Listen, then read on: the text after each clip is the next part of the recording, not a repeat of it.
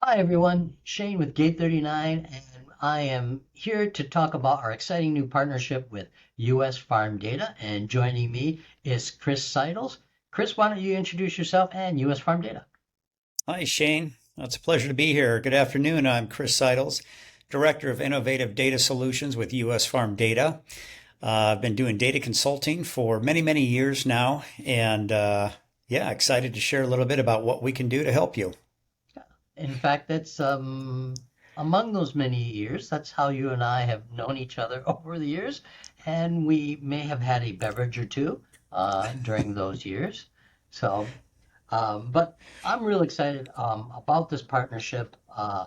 It brings the data that you guys bring and the marketing services that you bring in terms of distribution and audience combined with our marketing services and our technology services in the apps that we bring, and also in CRM to do data enrichment, which means actually update and enhance the producer data in a CRM for our customers. So I'm excited about that broadly. But Chris, what do you think? Where do you think this relationship really has this great momentum and solutions we can build?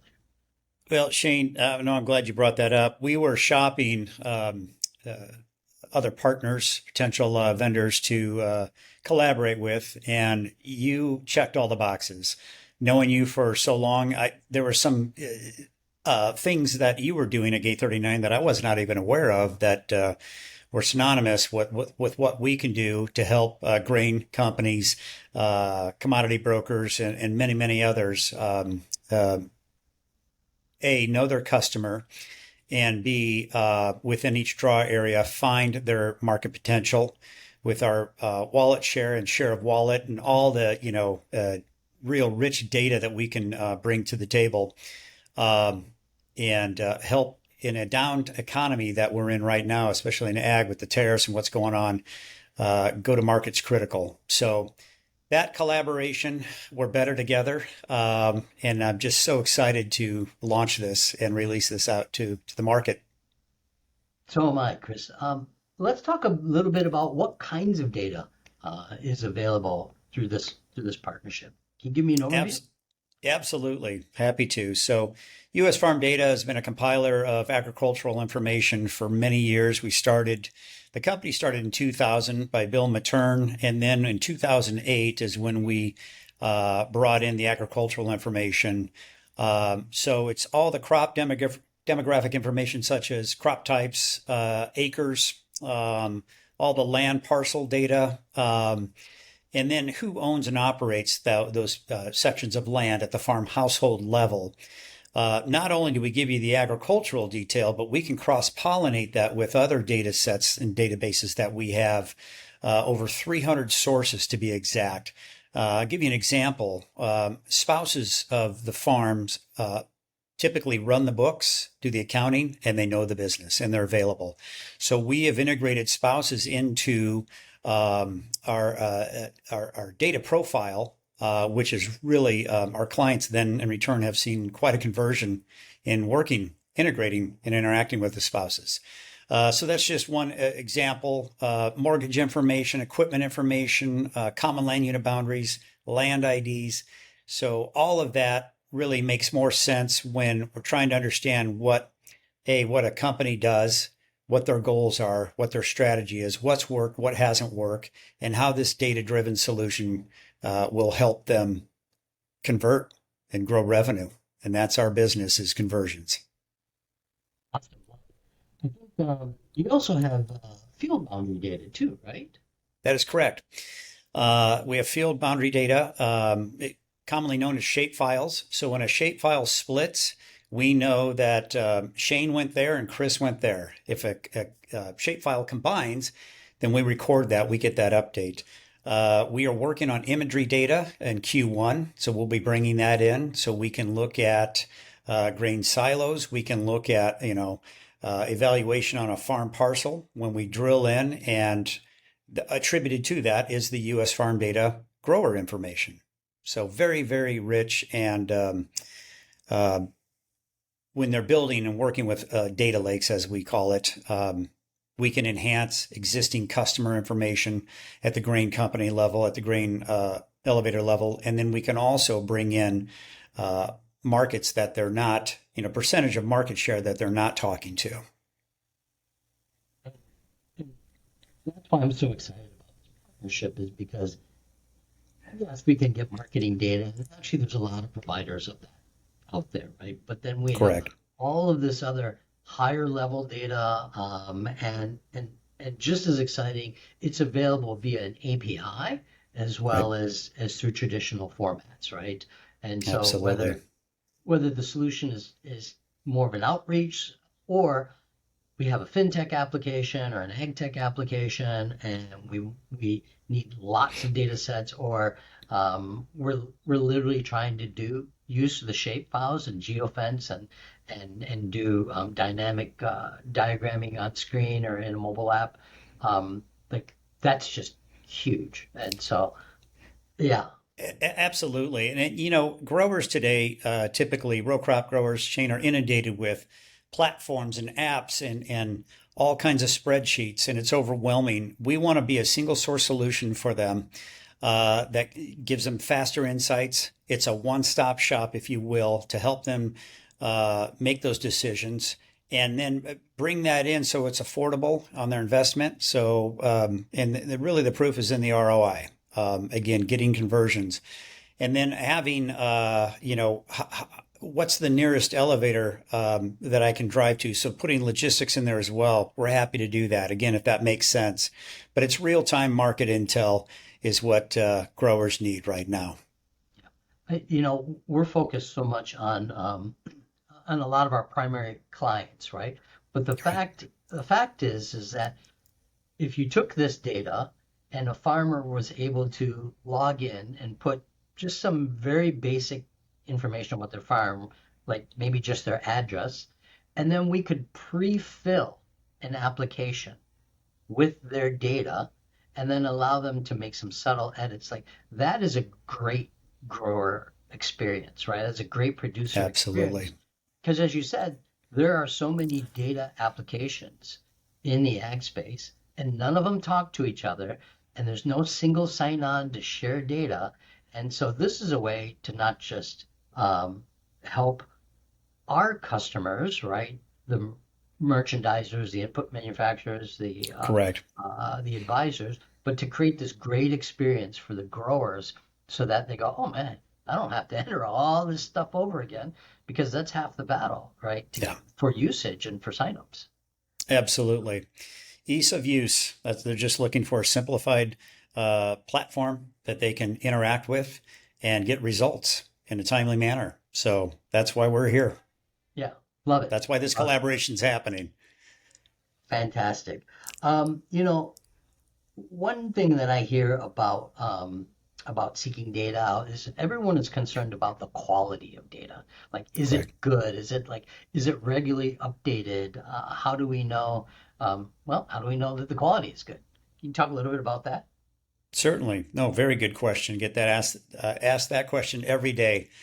Data hygiene is so key, and so we use various sources to validate, verify. We try to get this done in a real-time manner as well.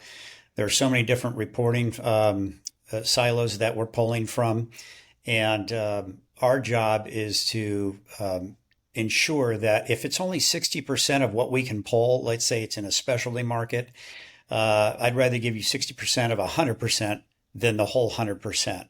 But by that, we run name, address, national change of address, PCOA, postal change of address, more of the rural routes, just really on the data hygiene aspect of things. And then when it comes down to acreage size, types of grains, and we do our best to pull in the most accurate and recent information that we have. Of course, no one wants to say, "Give me all the farmers in the Midwest" or something like that. So, um, how are ways that you can kind of serve a specific segment of data to a client? No, Great question. We start with what's your draw area, right? So we look at a grain location. I'll use a grain location for an example, or an elevator. What's your draw area? And we'll run a radius around that draw area and typically pull, what is your floor on the size, so you can determine grain loads, what kind of customer you're looking for, a prospective client. We can pull that simply by acreage size, gross farm income, which is a farm revenue indicator, how many parcels of land they have. And then again, key, the logistic between what's the drive time from that drop off point to the nearest elevator. So